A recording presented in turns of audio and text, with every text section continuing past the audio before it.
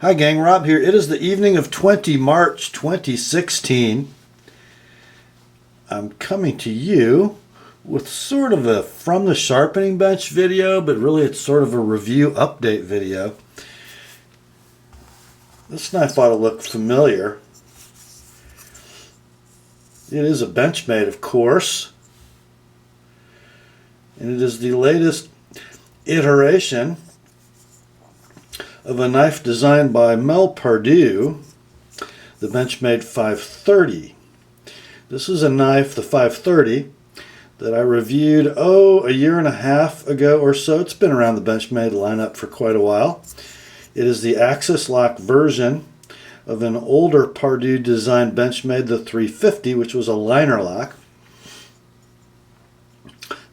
I gave the 530 what I would term a lukewarm review.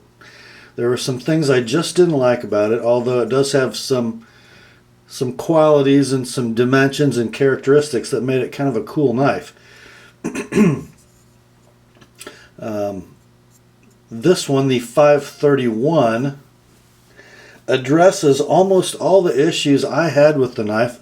I'm sure that's coincidence. I don't think Benchmade monitors my channel and makes product revisions based on what they see here. But I will say this about Benchmade. When it comes to product development, how they bring knives to market, and how they revise, tweak, improve models that stay in their lineup year after year, I think they do this better than anyone. If they have something that's not broke, they don't fix it. Take the Benchmade 940 and 710, for instance. Other than updated steels, those knives are still available almost as they were when they were brand new. I guess they used to have, Nylotron washers in them. Now they have phosphor bronze. Steel used to be 154 cm. Now it's S30V in the 940 and D2 in the 710 in base configuration. So they know when they get something right to kind of leave it alone. They make subtle improvements when necessary. Now the 530 had some issues. First of all, it's really too small and too light to be a tactical blade. I think I termed it as a small backup tactical blade because I really didn't think, because of the blade design primarily, that it was much good for EDC.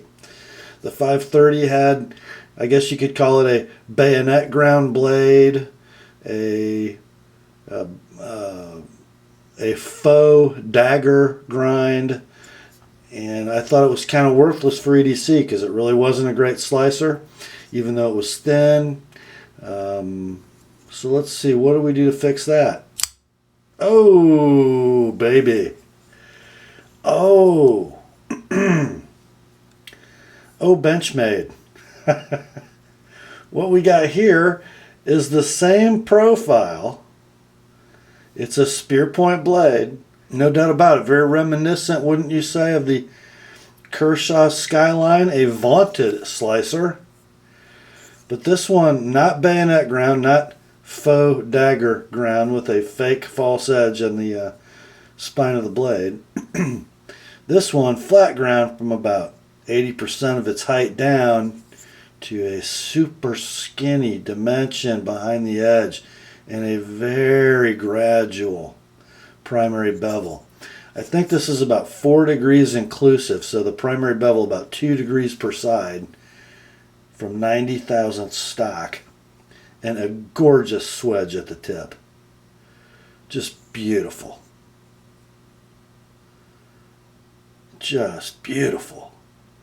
And so much more functional for the tasks that it's really going to be used in.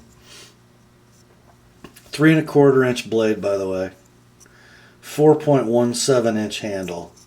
7.42 inches in overall length. A ton of cutting edge for the size and weight of the knife. Thickness of the handle only 370 thousandths, less than 3/8 of an inch in thickness. So that was one hit I gave that knife. The second, and I didn't really ding it for this, but this is an improvement.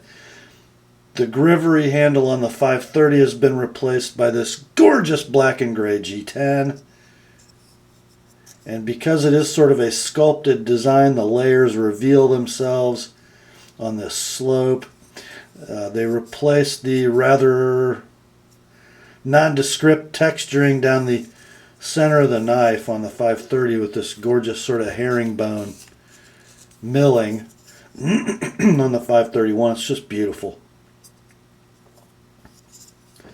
That G10 over Grivery revision did add about 0.23 ounces. So instead of being 1.88 ounces in weight, it's now about 2.1. That's a trade I'll take every time because, oh gosh, this handle is just a work of art. And that gorgeous Pardue coffin shape. You know, it is not the most ergonomic handle in the world. There are things I just don't like about it. At the front of the handle, it's just got too much going on. Because Mel was after this very slim dimension for pocket carry and concealability, we've got this notch cut to accommodate the thumb stud when closed, and it's uncomfortable if you happen to grab it there. But you know, in a pinch grip, you're never going to notice that, which is probably the most EDC'd grip there is. If you come, you know, if you consciously come all the way forward in a saber grip, you avoid that cutout. But we'll forgive this handle some ergonomic issues, won't we? Because it's just drop dead sexy. Oh man. So let's see, what else do we have? Oh, pocket clip. The 530 had a split arrow, but it was painted. This one is the Parkerized version, my favorite Benchmade clip. And then I didn't like the axis lock actuating buttons on the end of the lock bar. They were these weird little smooth dished out buttons, and they didn't give you a good purchase like this standard Benchmade terraced button. So they did away with those. They did keep this sort of small light duty thumb stud, but I don't think that's really a problem. So for all that, for all those improvements, instead of being $90-ish, the 531, that's what the price of the 930. These are going to run about 135-ish at your favorite Benchmade retailer online. Man, I think that's $40 well spent. Because this thing is just, well, it's better looking, it's more functional. It's a better cutter.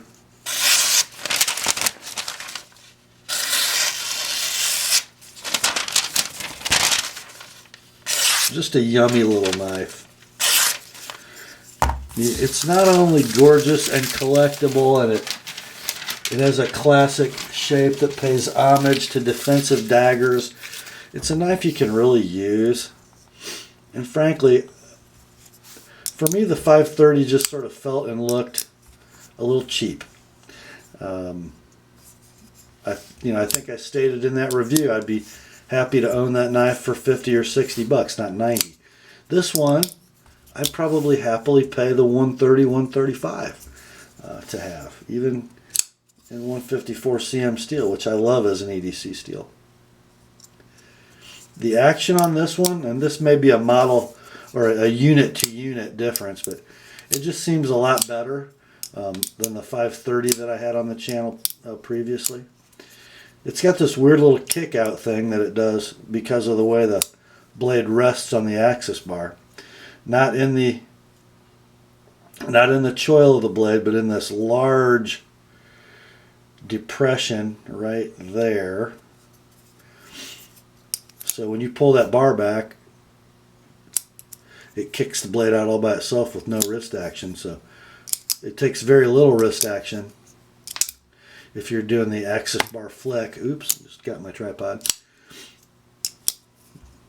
And it does flick closed a little better than the 530 that I had. I'm so much more coordinated left-handed.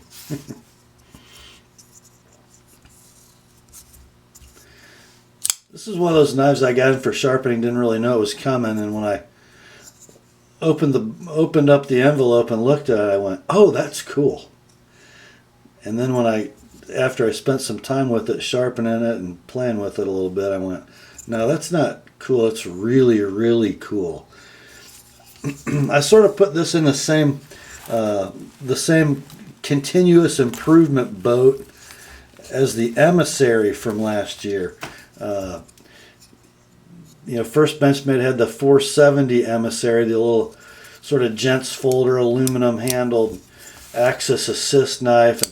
The blade shape was a little goofy, and it was a little small, and it was pretty expensive, and it didn't sell real well. And they came out with the 471, I believe it is, or the 470-1. Just a little larger, a little more utility, and that knife sold well. This knife didn't get bigger. It's the same size as the 530, same outside profile and blade, but the grind just puts it into a different class. I am not generally a fan of blades that look like something different than they are.